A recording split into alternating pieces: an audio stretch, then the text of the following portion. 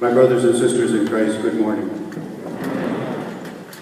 As Father introduced you this morning, that I am Father Joseph Hund, a Franciscan missionary, last year coming out of Africa, our Franciscan missions in Africa. And my subdued vestment this morning, I gave a mission appeal to a church about 2 months ago. And like this morning, as the ministers are processing up the center aisle, one little girl said to her mother, "I know which priest is from Africa." Right. I was born in Detroit and then joined the Franciscan friars of the Cincinnati province, St. John the Baptist province, and was assigned to various missions in the world, in the Philippines and Jamaica, and now coming out of 6 years in Namibia in Southwest Africa. Thank you for inviting me to speak on behalf of our Franciscan missions. To be here today, thank you, Father Wenzel, your pastor, and the parish council for inviting for me to speak on behalf. And happy to be here today to share with you some stories about actual mission, people in the missions, and my mission experience, and what we are attempting to do in serving the little ones in our Franciscan mission. The vestment that I'm wearing right now was sewn by the Poor Clare nuns in Namibia. I was also not only in the parish, but a chaplain of the Poor Clare Monastery in Namibia, and the nuns sew vestments, and this is my going away gift from the sisters, the stole and the vestment. They know by email, they know that I'm here today at St. Paul the Apostle Church. They are praying for you, and thank God they're praying for me, that I may do well in delivering the message to you. To begin with, African liturgies are quite colorful, as you can see just a little bit from my vestment. Also musical. Drums is very important, xylophone, yes, guitars and organ and keyboards and other musical instruments, and shakers and other instruments. And also with lots of processions and homily. Usually the liturgy would go 2.5 to 3 hours. Fear not, I have my notes. I will follow my notes today. And we're grateful today that we have also the Knights of Columbus and the welcoming of the catechumens and the candidates. So I hope I don't go too long, but I would like to include them also in our prayers and in our Mass today. To begin with, let's start with that beautiful gospel. Because today we are welcoming the catechumens and the candidates of St. Paul the Apostle Parish. And Jesus is teaching us in the gospel about what it means to be a disciple. And these candidates and catechumens are on the road to becoming full disciples, full followers of Jesus through the sacraments of initiation, baptism, Eucharist, confirmation. They are. So what is Jesus teaching in particular for you and for me, for the catechumens and the candidates this morning? And he does it by way of a parable. He says, teaches that discipleship is not a position of authority or religious honor or social position. Rather, it is about humble service. Humble service. And he does that by a beautiful example. He says, Jesus gives a parable of what's required of a disciple. Just as a domestic servant would never expect the master to give him or her any special honor for doing a hard day's work, for doing what the role of that servant is called for doing what's expected of the servant. So it must be with a disciple. It must be the same. That whatever we do in word and deed as disciples, that's what's expected, and no more. And with humility, not expecting any kind of reward or any special recognition, not at all. Discipleship will always be service and never the master. That is a very humbling statement, but it's very true because Jesus himself gave us the example at the Last Supper. When he put a towel around his waist and washed the feet of his disciples, giving concrete example, do the same. You want to be my followers? The first shall be last, and wash the feet of your brothers and sisters. Wash the feet. So we have the beautiful words today, not only for the candidates and the catechumens of what it means to be a disciple, humble service, but also for you and I. In our Franciscan mission in Namibia, we are attempting to be humble servants in Holy Redeemer Parish, where I was assigned for almost 6 years, as well as to the larger community, to the people in and around our parish. Namibia. For some, it might be a new name of an African country. Why? Because it's only 26 years old. Namibia got their independence in 1990. They're celebrating their 26th anniversary. Located in the southwest corner of Africa. Their northern neighbor would be Angola. Their eastern neighbor would be Botswana. And their southern neighbor would be South Africa. Namibia is a large country. Imagine you can take your state of Texas and Louisiana and put it inside of Namibia. That's how big this country is. Large piece of land, but mostly desert. To the east would be the Kalahari Desert, and to the west would be the Namib Desert. Cannot grow crops. Arid desert land. Many people would have grazing, cattle, goats, sheep, that kind of livelihood in their particular land.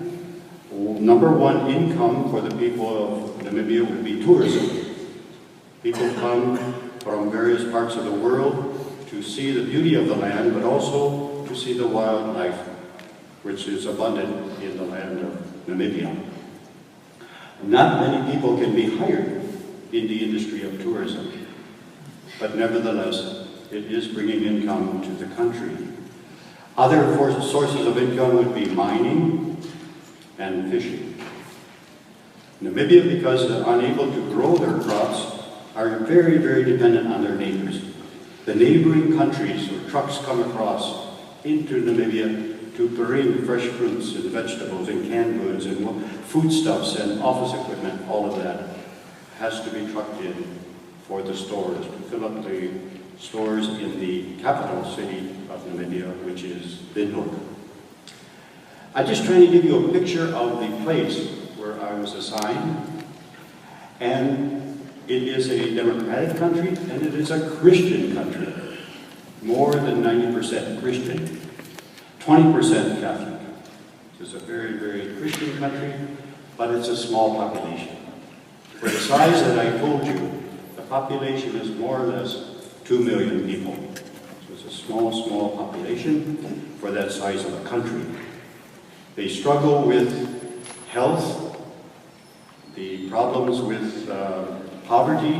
We have diseases that affect especially the young, tuberculosis and meningitis and malaria, skin diseases, and of course the terrible scourge of HIV. 16% of the population is infected with that disease. This is just to give you a little bit of the picture of where I was assigned. Holy Redeemer Church is a predominantly Native African church, and well attended with the work of the missionaries from 100 or more years ago. We have a lot of Native African Namibians who are members of our Catholic Church, and the church is doing well. However, the church is located in a relocation area. What do I mean is that during the apartheid regime, the apartheid soldiers forced native Africans to relocate into the location that designated by them and chosen by them and decided by them. So large populations of people were immediately, without much notice, forced to relocate into the location where my church was, Holy Redeemer Church. So you can imagine the environment was quickly settled, no provision for running water and drainage and sanitation and even housing. That was not provided.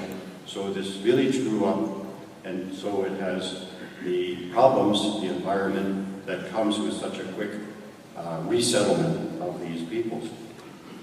In that environment, what I want to share with you is that we, members of Holy Redeemer Church, wanted to reach out to our most vulnerable and our most adorable, and that is the children.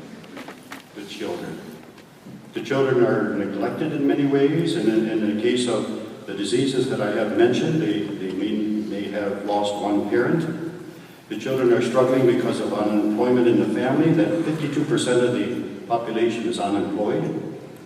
Struggling to be able to go to school, to have the nourishment to go to school, and what opportunities would they have after school. So there's a lot of concerns here about the children of our parish and the children in the streets around our church. So what we did is we took an abandoned school building and renovated it so that we could invite the children off the streets, after school, off the streets, to come in for a light lunch and to have remedial education, tutoring. So every day, there are volunteer teachers to help the children with English and math. The national language in Namibia is English. So they were helping them with English and math, and they have done well. They've done very well. That principals of the nearby schools have come to our compound, to our center, and told us how well the children are doing. Compared to their peers, they are scoring much higher. They're feeling good about themselves, and they are doing well, and you can see a certain joy in the faces of these children when they come on the compound, which is a safe compound. It's a compound where they can study. It's a compound where they have respect for each other. It's a compound where they find the values, the Christian values, in our location. Your donations, your support to the Franciscan missions, this would be one example where it's going for a good cause. Concrete cause of helping, not the whole population of Namibia, but in a small way, a little candle is lit, that these children are being helped. That there's a light there that they may have an opportunity for the future. For the future. Along with the education, the tutoring is the sports program. Number one sports in Africa would be soccer. And so with donations, we were able to get uniforms and some soccer balls and shoes for the children. And they have done well. They have volunteer coaches, which have helped them to strengthen their limbs and their ability to work with the soccer ball, strategies, whatever, and have done well in some tournaments. I'd like to share with you the story about the 6-year-old girls. We have boys and girls 6 to 13 in our program. And the 6-year-old girls felt neglected. They did not have a uniform, they were not being trained, they saw the older kids getting the attention. So they came to the director and they said, "What about us? We want to play."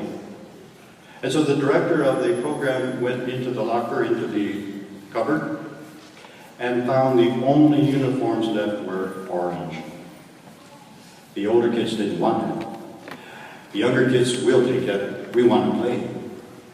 They wore their orange uniforms. They had no training, no coaching. They were just told, go and have fun. They did. They went out, and lo and behold, they won. They came home with their trophy high, going through the streets of our village, happy as could be. You can bet they will never forget that event, that moment in their life. And they won a nickname. They're now called Little Pumpkins.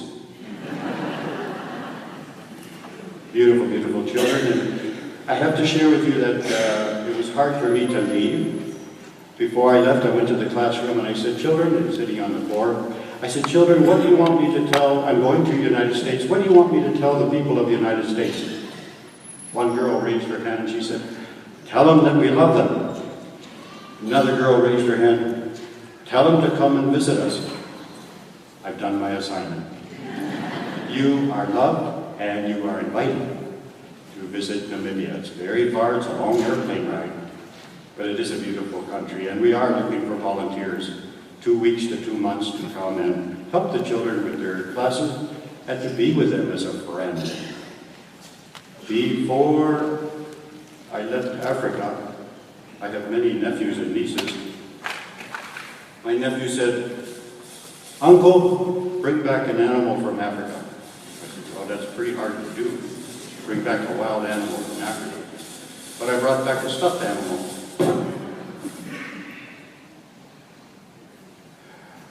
Very unusual, like the clothes, the investments I'm wearing, and the sights and the food and everything is so different from our culture. So is this little creature, God's creature. I don't know if everyone can see him well. He's kind of furry. Almost looks like a gopher, about the size of a gopher. And